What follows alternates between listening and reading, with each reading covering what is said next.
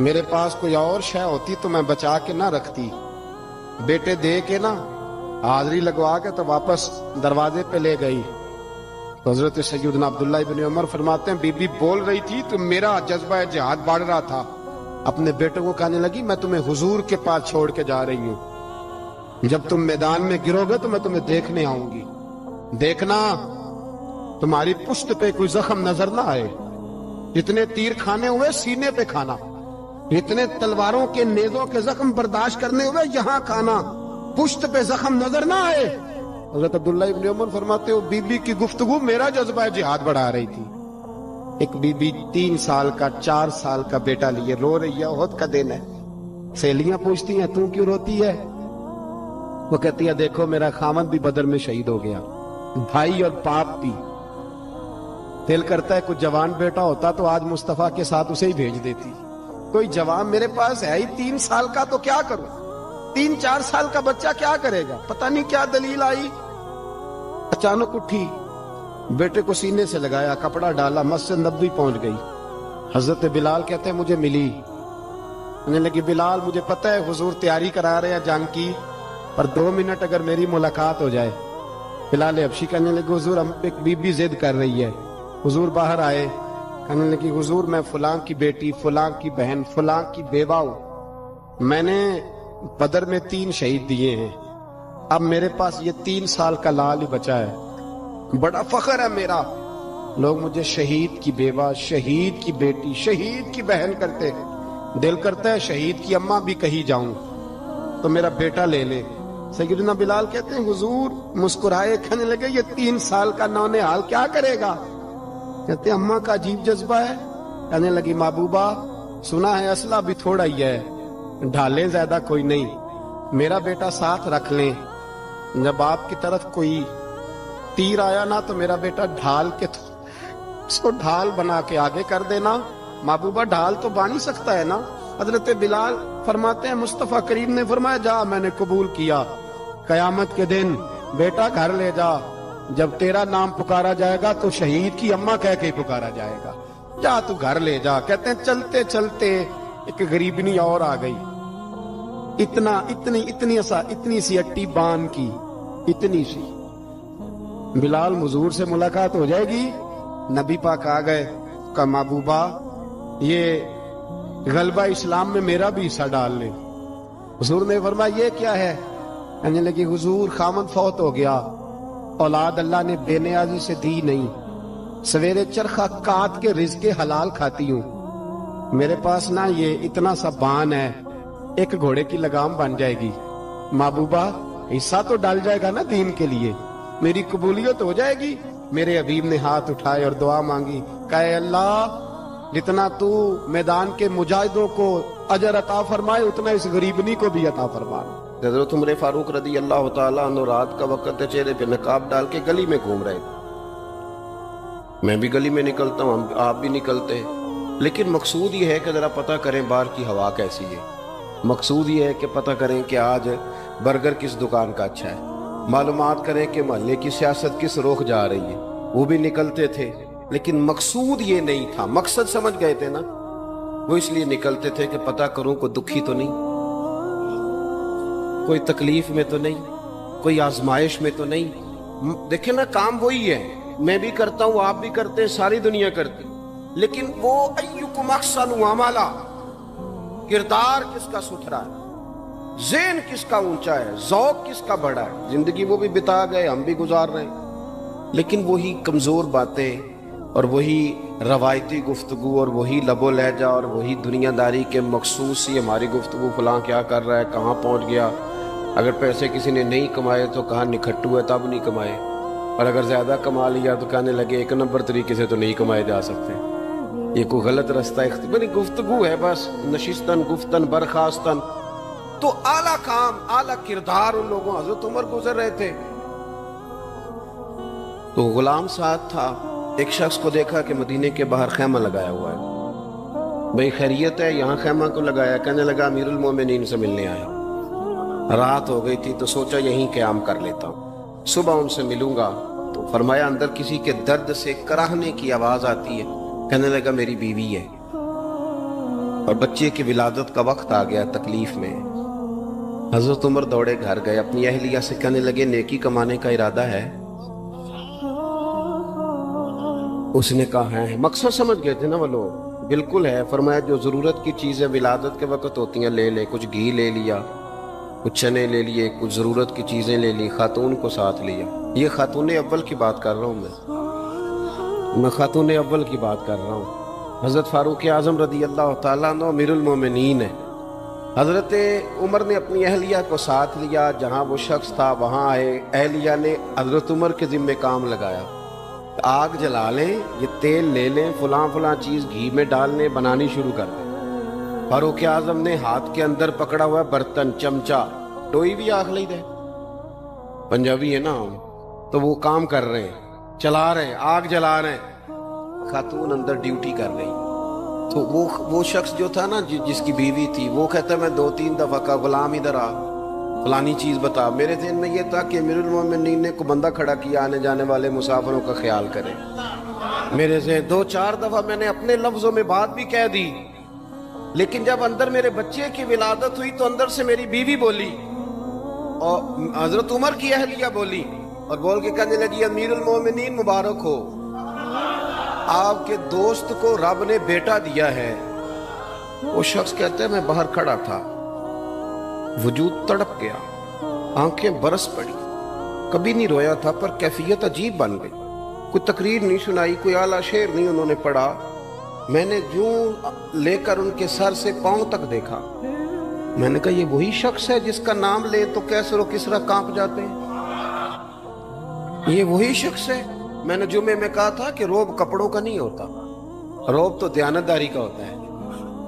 ہاں بڑا مال کما کے لوگوں نے بنائی ہوتی ہے کار کوٹھی, تو بندے کھڑے ہو کے کہہ دیتے ہیں 2 نمبر طریقے سے آیا ہے. اور 13ویں-14ویں گریڈ کا ملازم ہو تو اس کے سامنے بہت بڑا افسر ڈر رہا ہوتا ہے یار بندہ دیانتدار ہے, یہ رشوت نہیں لیتا, سفارش نہیں مانتا, یہ میرٹ پہ کام کرتا ہے. تو روب تو آپ کی دیانتداری کا ہے, آپ کی سچائی کا ہے. اپنی زندگی میں جو لوگ مقصد سمجھ گئے, مقاصد پا گئے, کچھ کر گئے, ہم ذرا الجھ گئے ہیں. پہلے اتنا شاندار مکان بناتے ہیں, پھر مرنے کو کس کا دل چاہے. اتنی محنت کر کے جو ہے وہ کوٹھی بنائی ہے تو اب چھوڑ کے کون جائے. وہ تیار بیٹھے تھے, انہیں نبی کریم نے کہا تھا کن فی الدنیا کانک غریب نو عابر السبیل, تم نے مسافروں کی طرح رہنا ہے. او میرے بھائی, کبھی دیکھا ہے ایئرپورٹ پہ مسافر لڑتا ہو کہ میں نے یہ جگہ خریدنی ہے؟ اسے پتہ ہے کہ ابھی فلائٹ آنی ہے, میں نے تو چلے جانا ہے. ریلوے اسٹیشن پہ جو جگہ ہوتی ہے وہ خریدنے کے لیے لوگ رٹا نہیں ڈالتے, انہیں پتہ ہے پہلی ٹرین سے چلے جانا ہے. بس سٹاپ پہ جھگڑے نہیں ہوتے کہ یہ کرسی میری ہے, جانا جو ہے مٹی دیں تے مٹی رہنی. ایویں کادی بلے بلے, اج مٹی دے اتے بندے آتے کل مٹی دے تھلے. اتنا زیادہ مقصد نہیں نا, جب سمجھتے تو بے چین ہے, بے قرار. بعض لوگوں نے اتنے پیسے جمع کر لیے کہ اتنے کھا نہیں سکتے, اتنی ضرورت نہیں, لیکن اس کے باوجود ہے کہ وہ دوڑ ختم ہونے کا نام ہی نہیں لے رہی. حضرت صدیق اکبر رضی اللہ تعالیٰ عنہ امیر المومنین ہے. بادشاہوں کے بڑے بات ہوتی ہے. ہمارے ملک میں ایسے بھی بادشاہ گزرے ہیں کہ جو سفر پہ جاتے تھے تو خانساہ میں بھی لے جاتے تھے, باورچیوں کو بھی لے کے جاتے تھے کہ کھانا میری مرضی کا ہونا چاہیے. حضرت ابوبکر صدیق نے پانی مانگا, امیر المومنین, تو صحابہ نے نا شہد ملا پانی پیش کیا. کوئی اتنی لمبی بات تو نہیں, لیکن صدیق اکبر رو ہی پڑے, اور اتنا روئے کہ ہجکیاں بن گئیں. لوگ کہتے ہیں پتہ نہیں تھا کس بات پہ رو رہے ہیں, پر ہم بھی رو پڑے. حضور آپ کیوں روتے ہیں؟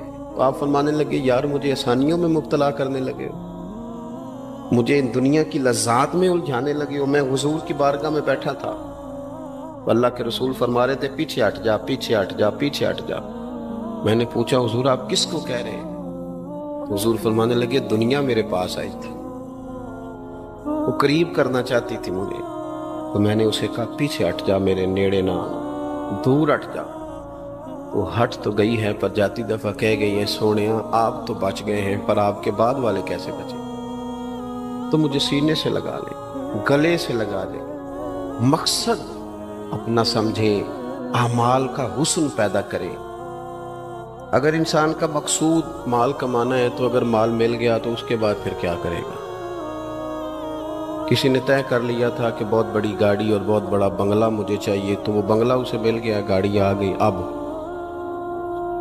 تو مقاصد کیونکہ طے نہیں ہوتے، تو جو چیز انسان چھوٹا سا مقصد طے کرتا ہے وہ اسے حاصل ہو جاتا ہے۔ میں نے ملک سے باہر جانا ہے، گھر سیٹ کرنا ہے، ساتھ والا پلاٹ لینا ہے، ہو گیا سارا کچھ، تو اب وہ پھر انسان بے چین ہو جاتا ہے، پریشان رہتا ہے، کہتا ہے سمجھ نہیں آتی مطلب مقصود کیا ہے۔ اللہ تبارک و تعالیٰ نے تو ایک تنکا بے مقصد پیدا نہیں کیا، تو اتنا سونا انسان کیسے بے مقصد پیدا کر؟ تو رب کریم نے ہمیں بتایا کہ مقصد تو تمہارا ہے، مقصد ہے الذی خلق الموت والحیات لیبلوکم ایکم احسن عملا۔ اس نے موت اور حیات اس لیے پیدا کی ہے تاکہ پتہ چلے تم میں اچھے عمل کون کرتا ہے، تم کس قدر زیادہ اپنے رب کی عبادت کرتے ہو، کس قدر زیادہ حسن اخلاق کا مظاہرہ کرتے ہو، کس قدر زیادہ لوگوں کی خدمت کرتے ہو، کس قدر زیادہ تم دین کی تبلیغ میں، اشاعت میں، ابلاغ میں، ترویج میں کردار ادا کرتے ہو۔ با مقصد تمہیں بنایا ہے، با مقصد اچھا ترین عمل تم میں سے کون کرتا، اس لیے موت اور حیات پیدا کی تھی کہ تم نے ستھرے سے ستھرے اعمال، بہتر سے بہتر کردار، اعلیٰ سے اعلیٰ تمہارا انداز زندگی۔ دیکھیں ہم نے لوگوں کے ساتھ مل کے رہنا ہوتا ہے، بہت ساری چیزیں ایسی ہوتی ہیں کہ جو تکلیف کا سامان بنتی ہیں۔ اب انہی لوگوں کے ساتھ اللہ نے ہمیں مل کے رہنے کا حکم دیا، ان کے حقوق ادا کرنے کا حکم دیا، تو ساتھ ساتھ نہ درگزر کا بھی کہا، معافی کا بھی کہا۔ جب انسان معافی کر دینے والا ہو جاتا ہے، درگزر والا ہو جاتا ہے، تو پھر وہ بڑا ہو جاتا ہے، بڑے دل والا ہو جاتا ہے، بڑے حوصلے والا ہو جاتا ہے، بڑے ضرب والا ہو جاتا ہے، اس کی زندگی حسین ہوتی۔ تو یہاں آئے تھے کچھ کام کرنے، وہ جو ہم نے مقصود بنائے تھے نا، مطلب اچھے کپڑے، اچھی دنیا داری، اچھی گاڑی، اچھا موبائل سیٹ، وہ چونکہ مقصود نہیں تھا تو ان چیزوں کے حصول کے باوجود بھی لوگ پریشان ہیں۔ مقصود یہ تھا کہ بہترین عمل، سونا عمل، اعلیٰ ترین عمل میرے رسول پاک صلی اللہ علیہ وسلم کے غلاموں نے نا وہ عمل کر کے دکھایا۔ اعلیٰ ترین مزاج رکھتے تھے اور اعلیٰ ترین خدمت، یعنی لوگ ان کا کردار دیکھ کے نا، کردار اور عمل دیکھ کے، ہم تو لمبی تقریریں کرتے ہیں، باتیں کرتے ہیں، بڑا کچھ بتانا پڑتا ہے، لیکن وہ بس تھوڑا سا نا لوگ ان کے پاس اٹھتے بیٹھتے تھے، آتے جاتے، اتنی دوڑ ہے کہ آگے بڑھ کے اور لینا ہے، اور لینا ہے، عالم مزید کا رٹا، وہ سمجھ گئے، ہم نہ اڑے ہوئے۔ بہت سارے لوگ ایسے ہیں جنہیں صحیح بات کا پتہ چل گیا ہے، وہ فیصلہ کرنے میں دیر کر رہے ہیں، انہیں سمجھ آ گئی ہے کہ بہتر یہی ہے کہ میں وقت پہ مسجد آیا کروں، انہیں سمجھ آ گئی ہے بہتر یہ ہے کہ سویرے اٹھ کے نا واٹس ایپ بعد میں دیکھوں، پہلے قرآن پاک کی زیارت کر لیا کر۔ سمجھ انہیں ہے، سمجھ ہے کہ باتیں زیادہ کرنے سے بہتر ہے درود و سلام زیادہ پڑھا جائے، پتہ انہیں ہے، فیصلہ ہی نہیں کر رہے، ارادہ نہیں بنا رہے، توجہ نہیں کر رہے۔ جب بہت زیادہ بندہ دنیا داری میں الجھ جاتا ہے نا، بہت زیادہ، آسانیاں تو بندے کو جینے نہیں دیتی۔ پہلے انسان کہتا ہے کہ موٹر سائیکل ہو جائے نا تو چلو سفر آسان ہوگا، پھر موٹر سائیکل کہتا ہے ٹائر 2 ہیں، 4 ٹائروں والی ہونا، چلو مہران ہی ہو جائے خیر ہے، لیکن مہران میں بیٹھتے ہی اسے خیال آتا ہے کہ اس کی تو سیٹیں تنگ ہیں، پھر اس سے بڑی گاڑی چاہیے۔ یہ روز دوڑ ہے، 5 فقیروں کسے نہیں ماریا، اے ہوئی چور اندر دا، یہ دوڑ ہے، یہ ختم۔ حضرت ابوبکر صدیق رضی اللہ تعالیٰ عنہ امیر تھے، ہمیں تو نا جی ایک سے ایک کھانا، اور آج یہ نہیں کھانا، آج میری مرضی کا کھانا، یہ میری مرضی کا، یہ میرے بچے کی مرضی کا، یہ فلانے کی مرضی کا، وہ خواہشات کا انبار، اور نفس بچے کی طرح ہوتا ہے، خواہش پوری کرو تو فوراً ہی دوسری بھی بتا دیتا ہے، دوسری پوری کرو تو تیسری کی بھی خبر دے دیتا ہے۔ ہم نا چونکہ الجھ جاتے ہیں، پھر وہ الجھاؤ ہمیں باہر نہیں نکلنے دیتا۔ اگر تھوڑا تھوڑا کر کے، میرا مطلب یہ ہے کہ زندہ رہنے کے لیے روٹی کھانی ہے نا، مثلا روٹی کا لطف کتنی دیر ہوتا ہے، جتنی دیر منہ میں چباتے ہیں، اس کے بعد ختم۔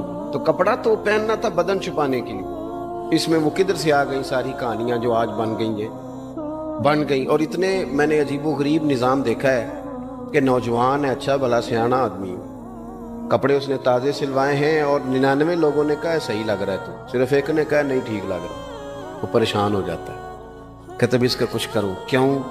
اس لیے کہ یہی سارا مقصود سمجھ لیا ہے، کپڑے پہننا، اسی میں الجھ جانا. میں اکثر دوستوں سے کہتا ہوں میں خود کسی دوسرے کی بات نہیں کرتا، بہت زیادہ عمر نہیں میری، میں خود جایا کرتا تھا. شادی کوئی آ گئی تو 2-3 دن پہلے ابا جی کہتے تھے پرانے جوتے کچھ گنڈوا لا، کچھ پالش کرا لا، توڑے میں ڈال کے جانا موچی کے پاس، اس نے کچھ سیٹ کر دینے. اب کہاں رہ گیا جی یہ کام؟ چھٹی نہیں ہو گئی. اب کون سا ایسا سلسلہ ہے؟ وہ جو کہیں سے کپڑا تھوڑا پھٹ جاتا تھا نا تو اماں اس کو اس طرح پیوند کراتی تھی کہ ڈیزائن بھی بن جاتا تھا اور کام بھی چل جاتا. کدھر گیا وہ دور؟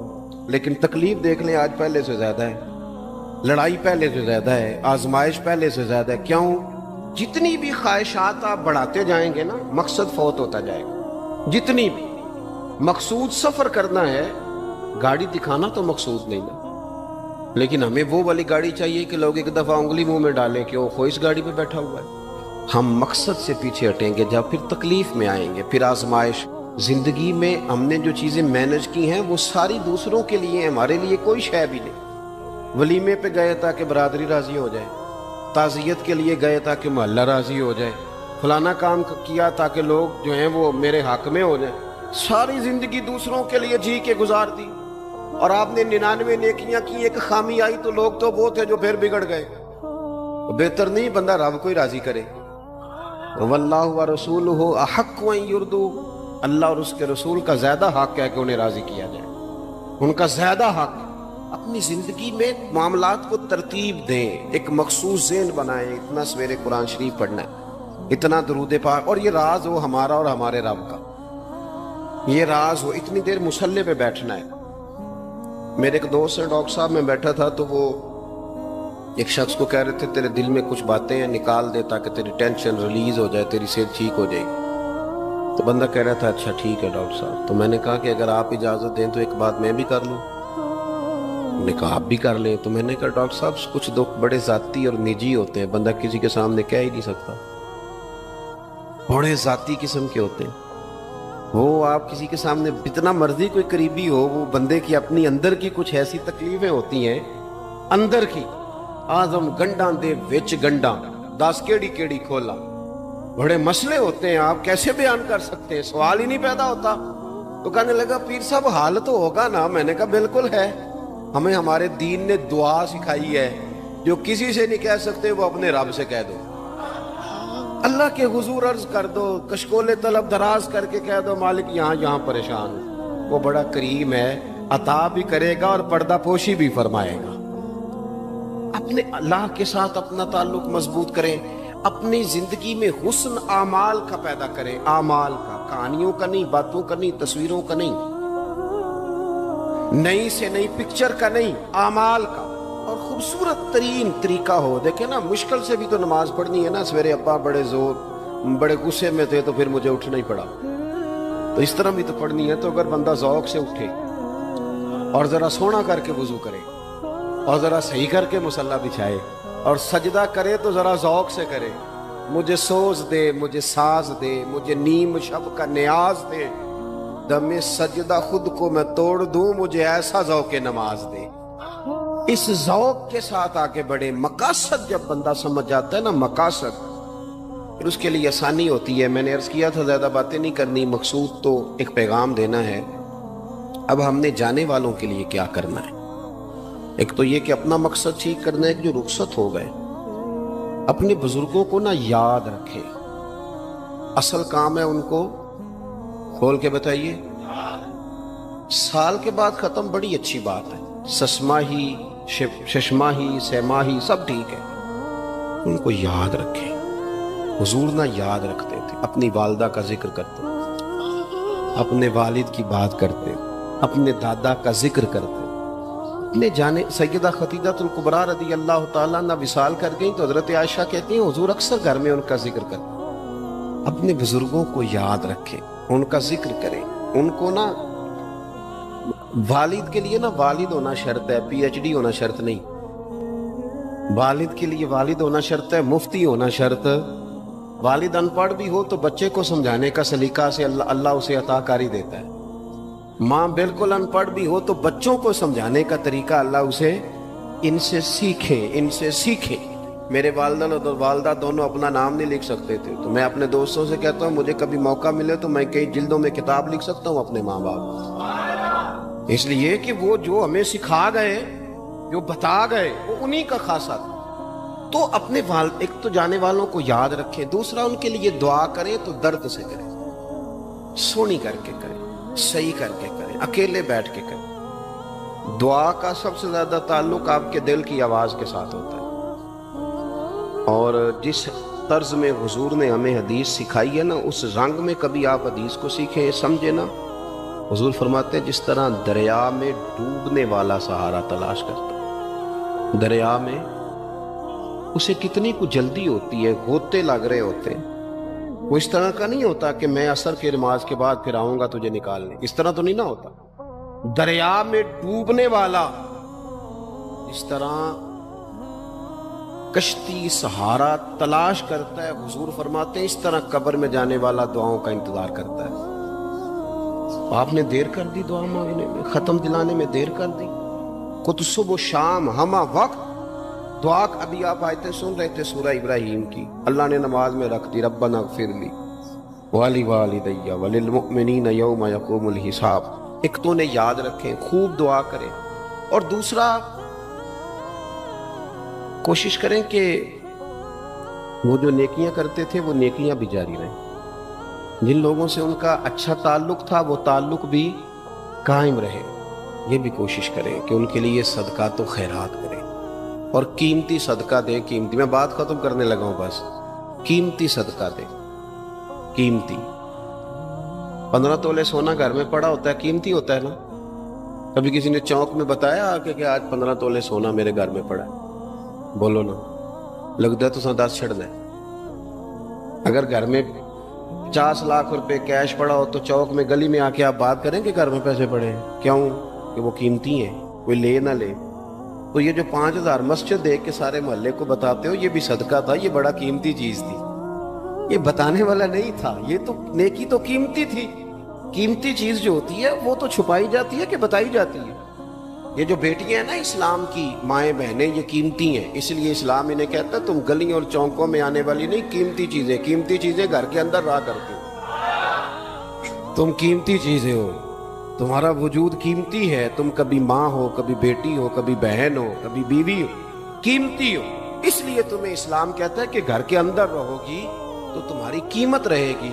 کچھ چیزیں ایسی ہیں جو چوکوں میں گلیوں میں پھیل جائے تو ان کی قیمت نہیں رہتی. اس لیے تمہیں کہا جاتا ہے کہ گھر میں رہو. یہ جو تمہیں چوکوں میں لاتے ہیں یہ تمہیں بے وقت کرنا چاہتے ہیں، بے قیمت کرنا چاہتے ہیں.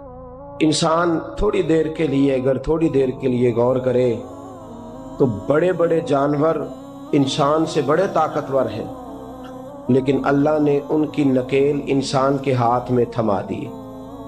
اتنا بڑا جہاز ہے، ٹنوں وزن لے کے چل رہا ہے. انسان کے بس کی بات نہیں کہ وہ کئی لوگ لگ کے بھی اس کو اٹھا سکیں، لیکن اللہ نے اس کے قبضہ و اختیار میں کر دیا ہے. فرمایا هو الذی خلق لکم ما فی الارض جمیعا، زمین میں جو کچھ ہے سارا تیرے لیے بنایا ہے، آسمان میں جو ہے سارا تیرے لیے بنایا ہے. وما خلقت الجن والانس الا لیعبدون، فرمایا کل کائنات میں نے تیرے لیے بنائی ہے اور تجھے میں نے اپنی عبادت کے لیے پیدا فرمایا ہے. تو جنوں اور انسانوں کو اللہ نے اپنی عبادت کے لیے تخلیق فرمایا. مقصد زندگی، مقصد تخلیق، دنیا میں آنے کا مقصد اولین اور مقصد آخری اللہ کی عبادت، اللہ کی معرفت، اللہ کی طرف توجہ، اللہ کی طرف رجوع. یہی ایک مقصد تھا انسان کے آنے کا. اسی کو قرآن نے بیان کیا تھا. اپنے اپنے مقاصد، درود شریف پڑھنے والوں سے بلند صلاۃ و سلام علیک یا سید یا رسول اللہ. اپنے اپنے مقاصد، اپنے اپنے معاملات کو ہم نے ترتیب دے لیا ہے. صبح سے شام تک کے معاملات سارے کے سارے ہمارے ذاتی، نجی، اور ہمارے اپنے بنائے ہوئے مقاصد کے تحت گزر رہے ہیں۔ حالانکہ رب کریم نے فرمایا کہ انسان، میں نے تجھے اپنی عبادت کے لیے بنایا ہے، اپنے لیے تجھے بنایا ہے، تو میری بارگاہ میں سجدہ ریز ہو، تو میری بارگاہ کی طرف توجہ کرے، تو میرے لیے تسبیح پڑھے، تو تہلیل کے جملے بولے، تو تکبیر کہے، تو میرے محبوب پہ نازل ہونے والے قرآن کی تلاوت کرے۔ تجھے تو اس لیے بنایا تھا۔ عبادت کا معنی یاد رکھیے گا، عبادت کا معنی فقط نماز پڑھنا نہیں، عبادت کا معنی صرف نماز پڑھنا نہیں، نماز عبادت کا ایک جز ہے، نماز عبادت کا ایک حصہ ہے۔ عبادت نماز پڑھنے کا نام نہیں، عبادت روزہ رکھنے کا نام نہیں، عبادت صرف اور صرف حج کرنے کا نام نہیں، فقط ذکر فکر کرنا عبادت نہیں، بلکہ اللہ کا حکم ماننے کا نام عبادت ہے۔ خدا رسول کی بات ماننے کا نام عبادت ہے۔ جہاں جانے کا خدا حکم دے وہاں چلے جاؤ، یہ عبادت ہے۔ جہاں جانے سے منع کر دے وہاں کبھی نہ جاؤ، یہ عبادت ہے۔ اگر نماز پڑھنے کا نام ہی عبادت ہوتا تو پھر فجر کی فجر کے وقت کیوں پڑھنی پڑتی، پھر ظہر میں ہی کیوں فرض ہوتی، پھر عصر کا وقت مغرب میں جا کے کیوں نہ شروع کیا جاتا، پھر انسان کی مرضی تھی جب پڑھ لیتا۔ فرمایا نہیں، عبادت میری ہے، اصل میری اطاعت ہے۔ میں جب کہوں کہ یہ فجر کا وقت ہے تو تجھے فجر مان کے پڑھنا، جب کہوں ظہر کا وقت ہے تو ظہر مان کے۔ ہم نے عبادت کو مخصوص کر دیا، مسجد میں چلے جانا، نفل پڑھ لینا، کچھ دیر قرآن شریف پڑھ لینا، کچھ دیر اللہ کی عبادت کر لینا، کچھ دیر ذکر اذکار کر لینا، اس کا نام عبادت ہے۔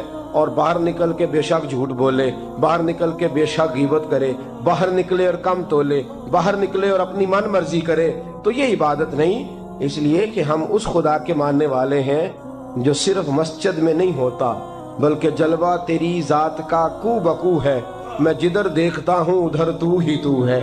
ہمارا خدا صرف مسجد میں نہیں ہے، اللہ ہر جگہ ہے۔ جے میں تینوں اندر جانا پھر مقید جانا، جے میں تینوں باہر سمجھا اندر کون سمانا، اندر بھی تویں باہر بھی تویں وچ بلا کون نمانا۔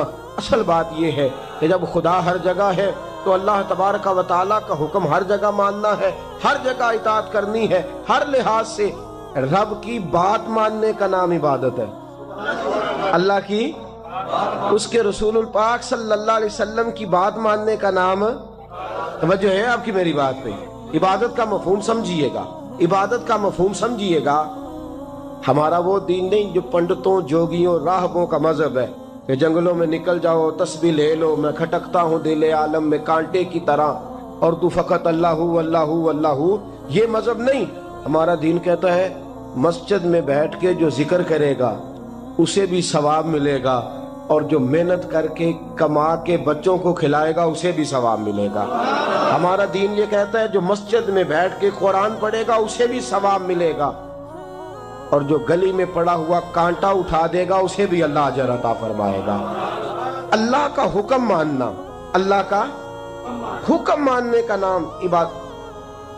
محمود غزنوی کے پاس ہیرا ہے، محمود غزنوی کے بڑے غلام تھے تو ایک بڑا پیارا تھا اسے، آپ جانتے ہیں اس کا نام کیا تھا؟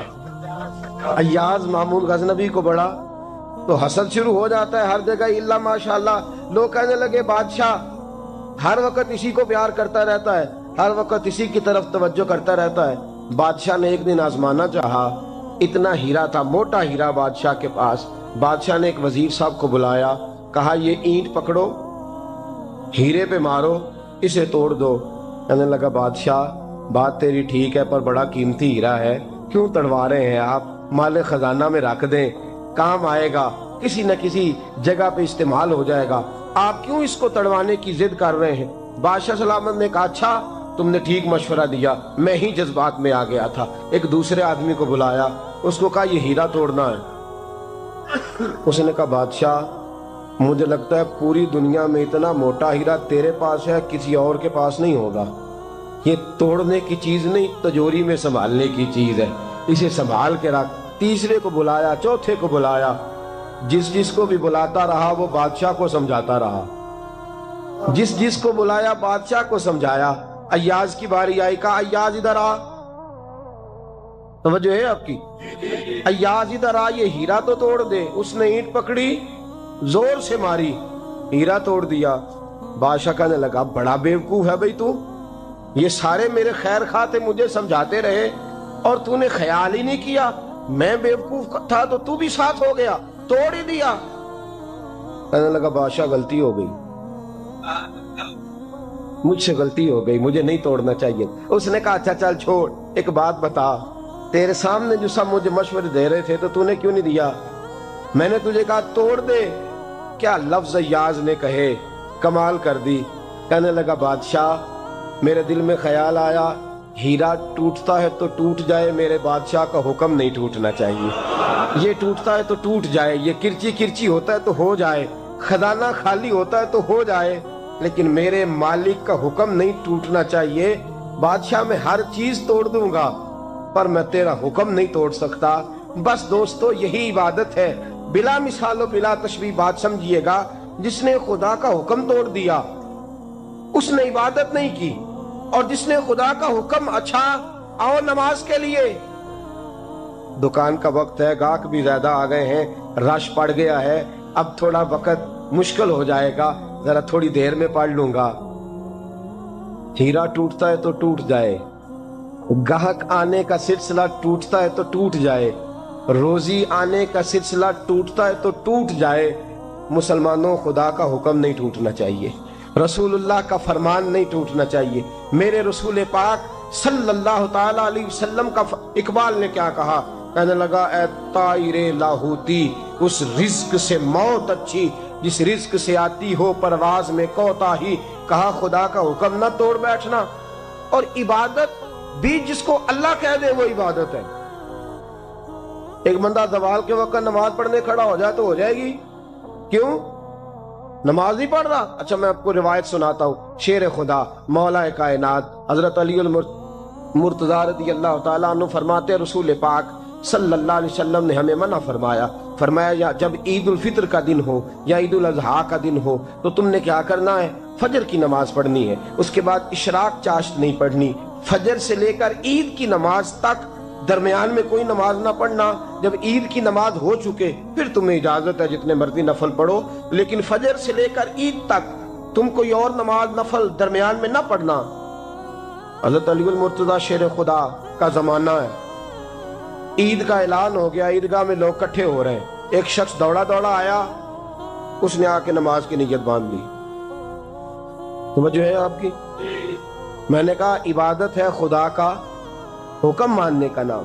حضرت علی رضی اللہ تعالیٰ عنہ نے نماز کے بعد اس شخص کو بلایا، فرمایا ادھر آ، تجھے نہیں پتا کہ جب تک عید کی نماز نہیں ہوتی کوئی اور نفل نہیں پڑھیں گے؟ کہنے لگا جی میں نے نماز ہی پڑھی ہے، کوئی جرم کیا ہے؟ کوئی نماز پڑھی ہے نا، میں نے سجدہ کیا ہے، کوئی جرم ہے؟ حضرت علی نے تلوار نکال لی، فرمایا جو مصطفیٰ کی سنت توڑ کے نفل بھی پڑھے گا میں اس کا بھی سر قلم کر دوں گا، جو رسول پاک کے حکم کے خلاف عبادت بھی کرے گا اس کو بھی قتل کر دیا جائے گا۔ توبہ کر۔ یاد رکھیے گا عبادت خدا رسول کی بات ماننے کا نام ہے۔ آپ سویرے 8 بجے اٹھ کے کھڑے ہو جائیں کہ میں نے تو فجر پڑھنی ہے، فجر کا وقت 8 بجے نہیں ہوتا، وہ گزر گئی 4 بجے، 4:15 بجے ہو چکا۔ ایک شخص شام 7 بجے کھڑا ہو جائے کہے جی میں تو ظہر کی نماز 7 بجے پڑھا کروں گا، یہ کیسے ممکن ہے؟ اس کا وقت تو 2 بجے کے راؤنڈ اباؤٹ ہے، تجھے اسی وقت ادا کرنی۔ یاد رکھیے گا عزیز ساتھیو، عبادت اللہ کا حکم ماننے کا نام ہے، لیکن عبادت کی بہت بڑی جو ایک رکن ہے، عبادت کا بہت بڑا جو ایک جز ہے وہ نماز پڑھنا، بہت بڑا جز۔ حضرت محمد بن ابی بکر حضرت صدیق اکبر کے صاحبزادے رضی اللہ تعالیٰ عنہ کیا فرماتے ہیں مسلمانوں بڑے نصیبوں والے ہو، بڑے نصیبوں والے ہو، تمہیں تو اللہ کی بارگاہ میں جانے کے لیے اجازت ہی نہیں لینی پڑتی، اللہ نے تمہارے لیے دروازہ ہی کھول دیا ہے، جب دل کیا وضو کیا نماز کی نیت باندھی اللہ کے دروازے کھل گئے، اور بغیر کسی ترجمان کے تم نے اپنے رب سے بات کرنی شروع کر دی۔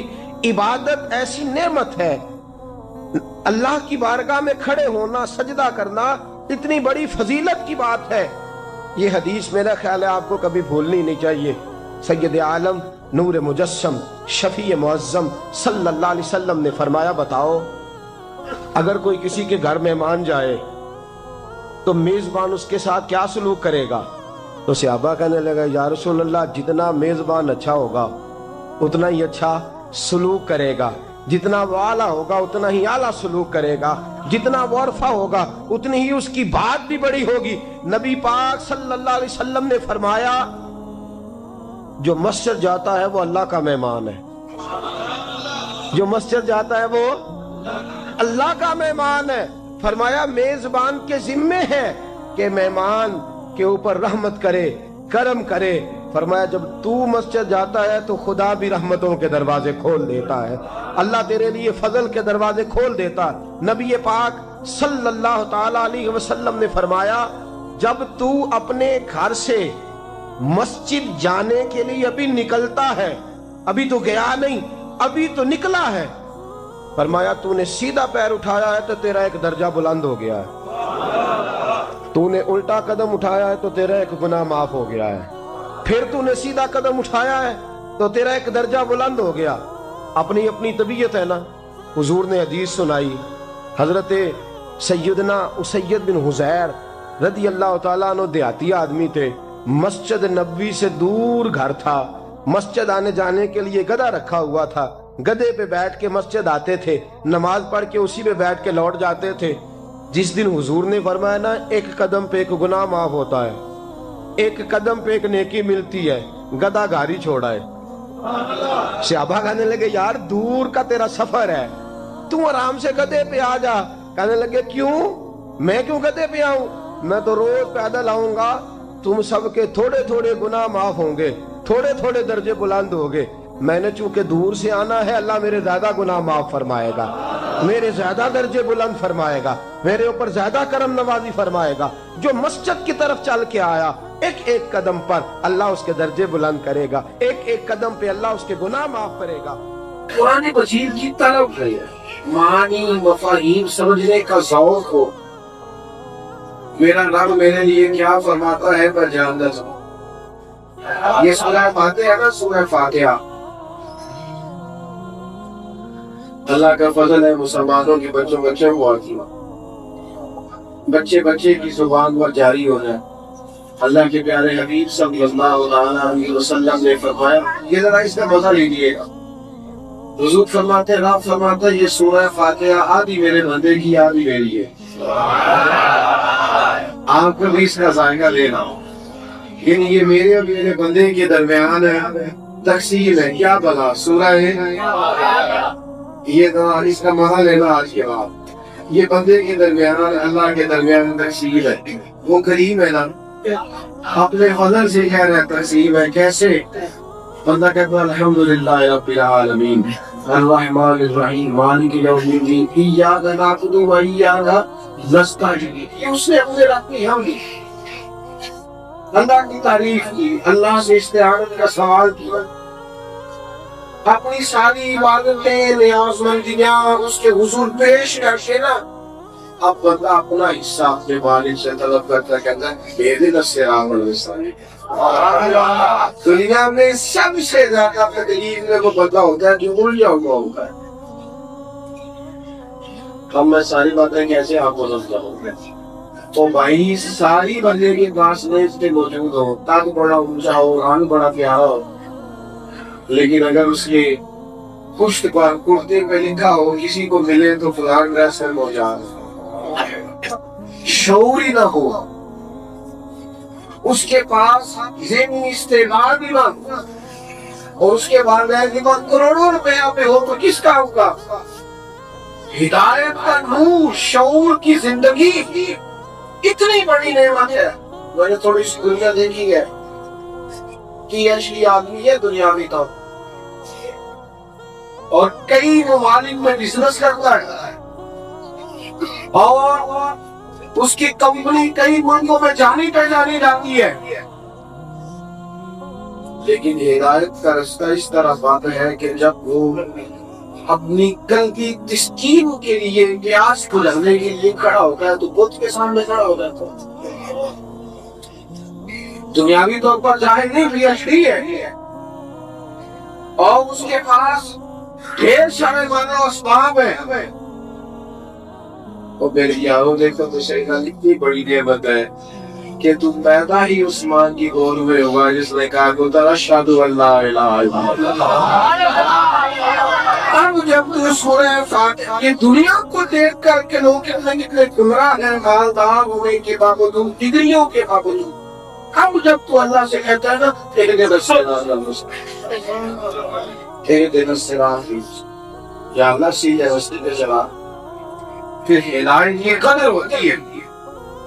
اور پھر کئی لوگ ایسے تھے جو چلے سیدھے راستے پر، آئیوں کے جناب عیسیٰ، لیکن معاذ اللہ کیا حشر کیا ہے سانیوں نے ان کی تعلیمات.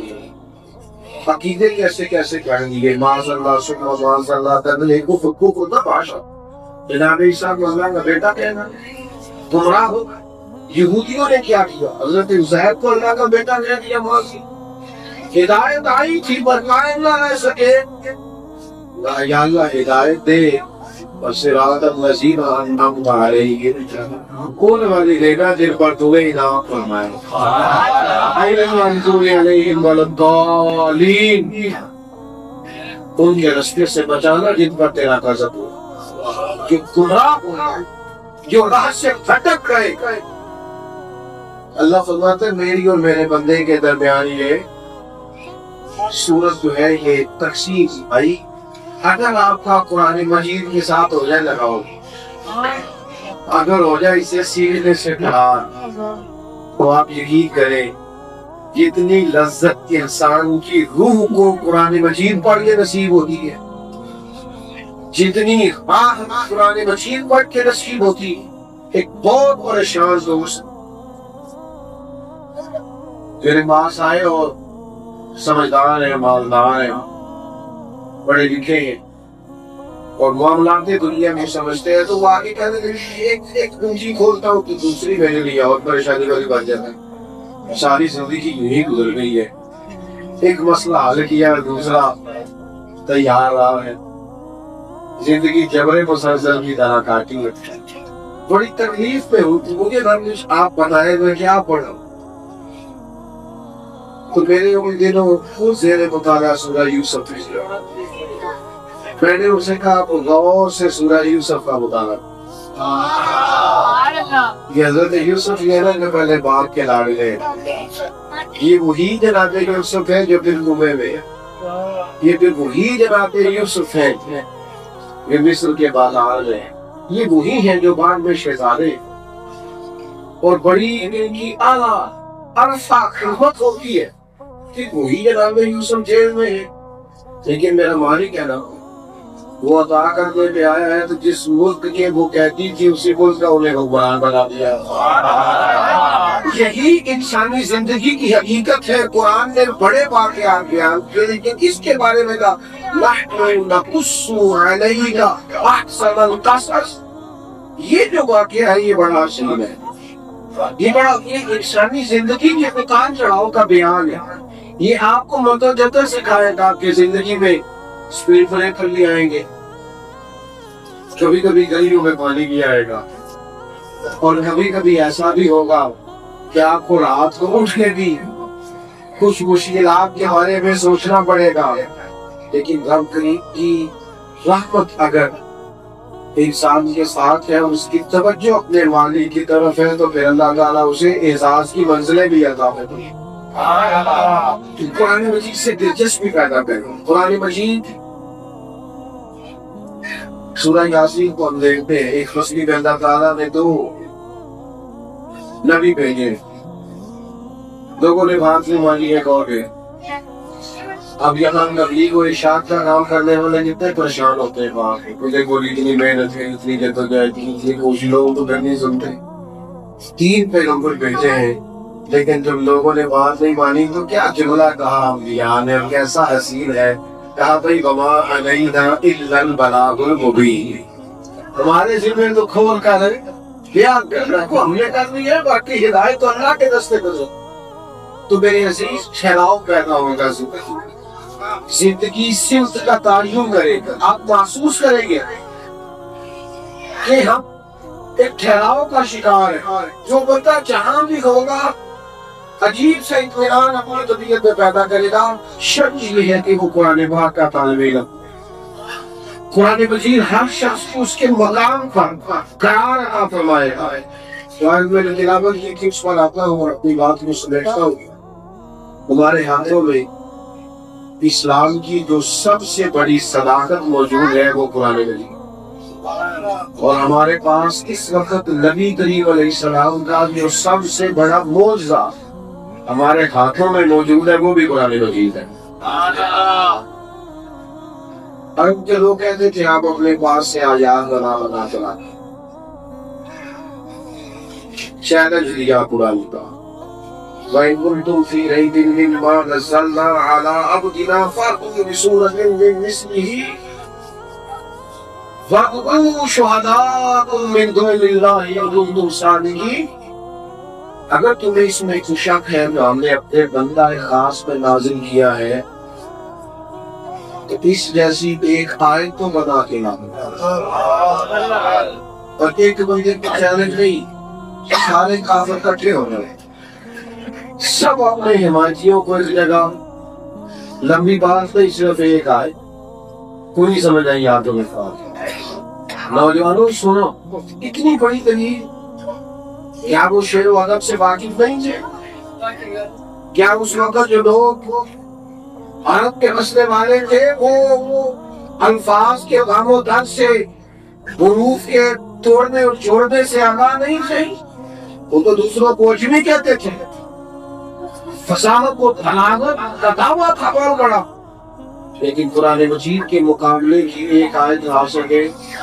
بڑی خوبصورت بات لکھی ہے یہاں کی، وہ مفتی احمد یارغار صاحب رحمۃ اللہ کی، بڑی کمال. مفتی صاحب رحمۃ اللہ علیہ فرماتے ہیں بندہ جتنی مرضی بڑی چیز بنا لے وہ نہیں بنا سکتا جو آپ نے بنایا.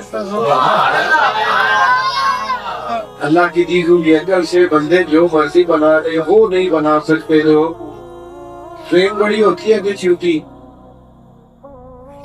ٹرین ہی بڑی ہوتی ہے. یہ بھی آپ کو بتانا پڑے.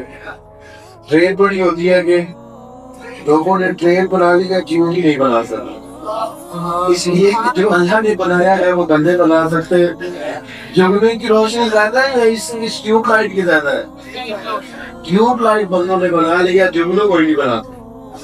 اس لیے کہ جو رب کی تخلیق ہے بندے اس کا مقابلہ کر سکتے، اور یہ اس کا مقابلہ کر سکتے وہ اللہ کی شان.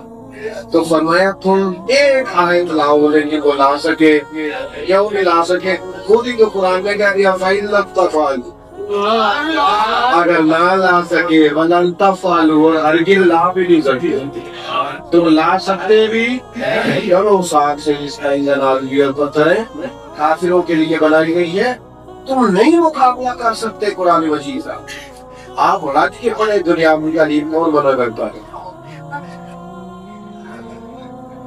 سچ بھی پڑے، لیکن ہم غیر نصابی سرگرمیاں بھی کرتے ہیں.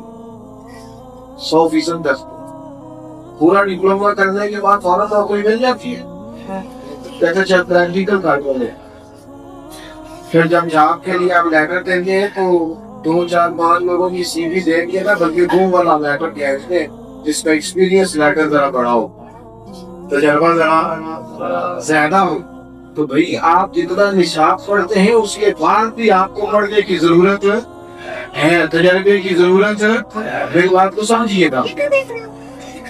آپ 5 کتابیں بھی لگائے پہلی کلاس سے لے کر 10ویں تک، تو 50 کتابیں پڑھ لی ہے تو ایک قرآن مجید کیوں نہیں پڑھ سکے؟ اس کے مفاہیم پر غور کیوں نہیں کیا؟ آپ توجہ کریں، آپ غور فرمائیں، سے پڑھیں. کنزُل ایمان شریف رکھیں گھر میں، آپ آیات کو دیکھیں، اس بات کی سمجھ نہیں آتی یاد ہے اس کے حساب سے سوچیں کہ اپنے علاقے میں دیوالی کا جہاں سے ہم لوگ وابستہ وہاں سے اس کی تفصیلات میں صرف تھوڑی مہربانی کریں. پہلے بھی میں نے کہا تھا، پھر کہتا ہوں ہمارے دیسی لوگ بڑے عجیب بہانے کرتے ہیں. بات میری طرح کے کہتے ہیں عمر زیادہ ہو گئی ہے، زبان موٹی ہو گئی ہے، آپ کہاں سیکھیں گے؟ تو میں کہتا ہوں موبائل تو سب نے سیکھ لی ہے. کسی نے نہیں کہا جناب میں واٹس ایپ کیسے کروں گا، ہم تو ہو گئی ہے. آپ ذرا مجھ سے ہوئیے گا، میں چونکہ کیمروں سے بڑا تنگ رہتا ہوں، ہر جگہ یہ سواری رہتے ہیں اور جہاں نہیں بھی بننا چاہیے وہاں بھی، چھوٹے بچوں سے لے کر ضعیفوں پر بزرگوں تک سب کو فوٹو اپلوڈ کرنی آ رہی ہے نا، سب کو لائکس کمنٹس دیکھنے آ گئے نا میرے بھائی. جتنی جدید ٹیکنالوجی آتی ہے ہم ساری استعمال کر لیتے ہیں، ہمیں سمجھ آ جاتی ہے. گھر میں جتنی چیزیں نہیں آئی ہیں وقت کے لحاظ سے وہ ساری لوگوں نے استعمال کرنے سیکھی. تھوڑا سا جو جہاں سے بات شروع کی تھی وہیں آتا ہوں، طلب پیدا کرے. طلب جس چیز کی طلب پیدا ہو جاتی ہے نا، تیری تلاش میں پھرا میں جنگل پہاڑ اور مشت. آپ یقین کریں طلب پیدا ہو جائے تو بندہ تھکتا نہیں، طلب پیدا ہو جائے تو رکاوٹ پاس ہی نہیں ہوتی. کبھی طلب پیدا ہو جائے نا تو حضرت عبداللہ ابن عباس فرماتے ہیں جس رات نہ پڑھوں قرآن مجھے کہتے ہیں آج تمہیں پڑھے نہیں، پھر تو جناب دل لگ جاتا ہے، پھر تو طبیعت مائل ہو جاتی ہے، پھر تو وہ فرماتے ہیں کہ میرے ان کی لکیر بھی گم ہو جائے تو میں قرآن مجید سے پوچھتا ہوں. طلب پیدا کریں گے، ذوق پیدا کریں گے. آپ کوئی بھی بات ایسی ہو جائے نا جس سے گھر والے خوش ہو تو بندہ وہ بات جا کے گھر سے بات. تو وہی آپ نے جو آیات سیکھی، جو کرنے پر سیکھا، جو جہاں سے کچھ پڑھا، تھوڑا سا کبھی اسے بھی کھول لے گھر کے اندر، تھوڑا سا غور کر لے گا یہ آپ آج کمال ہو گئی ہے. یہ بات یہ پہلی دفعہ میں نے سنی، یہ پہلی دفعہ سمجھ لیا. یہ بھی رنگ ہے طلب پیدا کرے. دین بڑا مزہ، جو دین کے طالب علم ہو جاتے ہیں نا آپ یقین کریں، اور پتہ ساری زندگی طالب علم رہتا ہے. وہ نئی سے نئی چیز پڑھتا ہے نا. ابھی بھی کبھی بیٹھے ہوتے ہیں تو پھر اچھی پینسل سے حاشیہ لگاتے ہیں جملے کے نیچے، یہ کیا لکھ لیا یار مفسرین، کمال ہو گئی. اور پھر اس کا لطف لیتے ہیں کئی کئی دنوں، کئی راتوں اس کا مزہ لیتے رہتے ہیں. یہ ذوق پیدا کریں. اللہ کی بارگاہ میں دعا کرتا ہوں اللہ تبارک و تعالی جن کلاسز کا آغاز کیا جا چکا ہے اور کیا جا رہا ہے، اللہ تعالیٰ سب کو کامیاب فرمائے.